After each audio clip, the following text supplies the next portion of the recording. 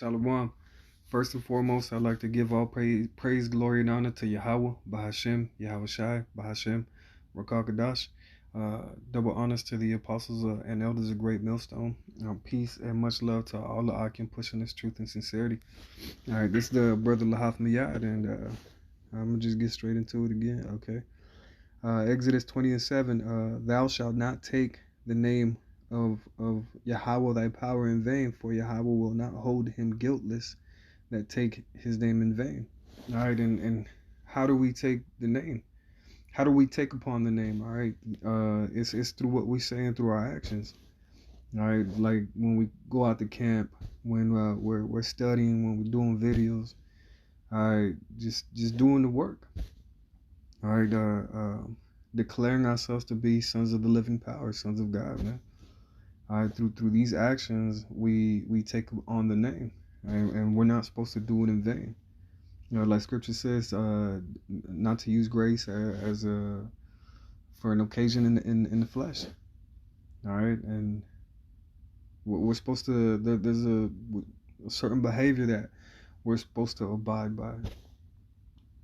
All right, because just like it says in Luke 12:47. Okay, and the servant which knew his Lord's will and prepared not himself, neither did according to his will, shall be beaten with many stripes. All right, so if you find yourself in this truth with a measure, all right, we've been commanded to do the work, man. All right, do these lessons, exhortations, all right, prophesy the downfall of this wicked society. All right, to do it till the gospel goes across the world, man. So the kingdom could be established, man, and this wicked society could go down. All right, verse 48. But he that knew not and did commit things worthy of stripes shall be beaten with few stripes. For unto whomsoever much is given, of him shall be much required. And to whom men have committed much, of him they will ask the more. All right, so for those of us who are able to perceive the truth and you find yourself with a measure, if you do nothing with it, all right, just like Scripture says, be doers of the word, not just hearers. All right, so if you do nothing with this, man, it's going to be worse for you than it's going to be for the 2/3. All right, for those who are not supposed to receive salvation. All right, and see the Most High he's given us examples of what our bond should be like with him. All right, within the structure that we're born into, man. Because a household of a man and a woman, all right, that's what he intended for us. I know not everybody is born into that type of household where you have both parents, man, but within what he intended for us to be born into, which is a household with your mom and your dad. The example that he's given us is that with your wife. All right, in the same way, because one thing you have to understand is that the nation Israel, predominantly the elect, have been likened to a woman. All right, to a bride.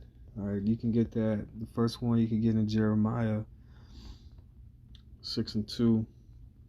I have likened the daughter of Zion to a comely and delicate woman. All right, and Zion is the nation of Israel, the elect. All right, and if you just look up bride,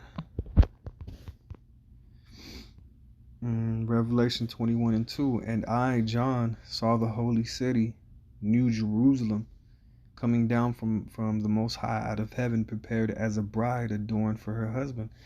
All right, and that holy city, New Jerusalem, that's going into the 144,000, because we all know that Jerusalem was a people before it was a place. All right, I've heard some Christians try to break that down as if there's going to be an actual city coming out of heaven to be established here on earth, and nah, that's wrong. It's actually the 144,000, the same one spoken of in Revelation 7, all right, that are going to be coming out of the chariots after they're glorified. They have them glorified bodies. But the point is that they're likened to a bride. All right, Revelations 21:9. And there came unto me one of the seven angels which had the seven vials full of the seven last plagues, and talked with me, saying, Come hither, I will show thee the bride, the Lamb's wife. All right, so again, that's the 144,000, man. So you see, just like the elect have been likened to a bride, you can take that example and look at the relationship between you and your wife, and everything that you want her to do unto you in righteousness is the same thing that should help you with your bond with the Yahweh Hashem Yahushai. See, because you expect for your wife to honor you, man, to love you, to care for you, to tend to your household. All right, it's the same thing. We're supposed to honor and love. All right, labor in this truth, despite the obstacles that are set before us. All right, and I'm speaking to myself first and foremost.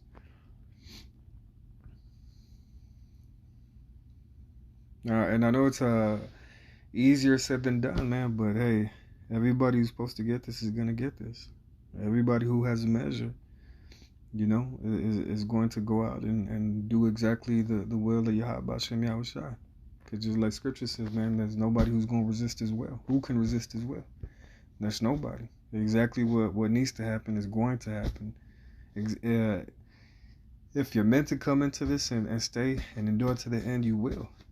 All right, and a good indicator of who you are is your actions. All right, if you're submitting to the will of Yahweh Hashem Yahushai through the man that he's set up on earth to teach. All right, and that's the apostles and elders of Great Millstone, man. They have the 100% truth. All right, there's no bug outs over here on this side. So with that, man, Lord willing, it was edifying. Shalom.